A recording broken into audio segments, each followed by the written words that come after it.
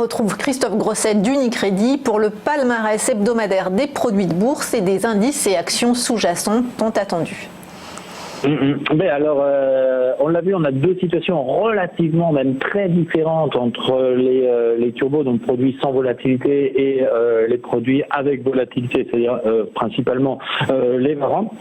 Donc sur les turbos, on va commencer par eux, ce qui est le plus simple. On reste finalement dans une situation où c'est les indices qui dominent, le CAC 32%. Donc ce qui est plus ou moins dans la moyenne. Ce qui est en fait à remarquer, c'est que naturellement les indices américains restent actifs, puisque Dow Jones, Nasdaq et S&P représentent en ce moment entre 11 et 12% des échanges. Mais ce qui est intéressant de constater, c'est qu'on assiste à une reprise des échanges sur le DAX qui ont représenté 8% des échanges au cours depuis le début du mois. Donc un DAX qui réintéresse les investisseurs. Il a été passé en repli, on se le rappelle, pendant le mois d'octobre par rapport aux indices américains. Bon, c'est vrai qu'on était en pleine campagne de résultats et ça avait peut-être renforcé l'intérêt des investisseurs en produits de bourse pour les indices outre-Atlantique, mais le DAX s'est bien repris dans les dernières séances, et du fait qu'on est dans cette phase où les investisseurs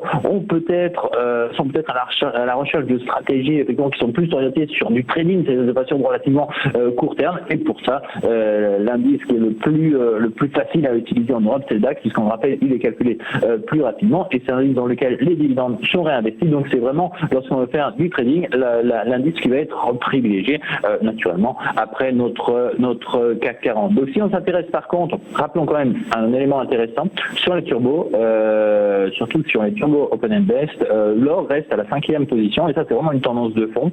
Donc on peut difficilement s'attendre à ce que les échanges augmentent encore plus. Là on est à 4% des échanges globalement, mais tout de même c'est une tendance de fond. On pense que c'est un sous-jacent qui est vraiment maintenant rentré dans les habitudes de nos investisseurs en produits de bourse, et qui peut rester de toute façon dans la top 5 au cours des prochains mois et même des prochaines années. En termes d'actions, qu'est-ce qui a été privilégié? On retrouve, je dirais, sans surprise, quelques actions américaines, dont notamment Apple, qui a été privilégié peut-être par rapport aux autres valeurs. Également Tesla.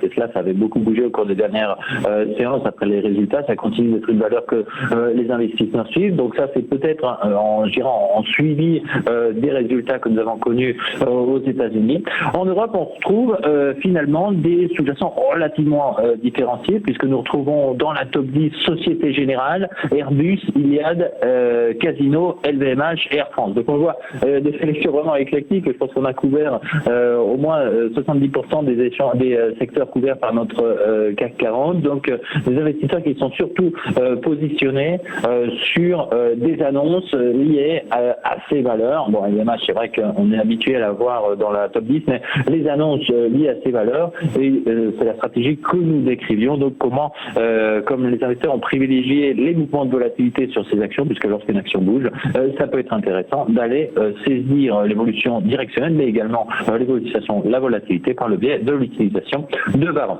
Donc on le rappelle, CAC 40 pour les indices, naturellement, le DAX qui se reprend bien, l'or qui se consolide. En termes d'actions, on va aller chercher celles qui bougent, et la top 10 de cette semaine, on retrouve Social, Airbus, Apple, Iliad, Casino, LVMH.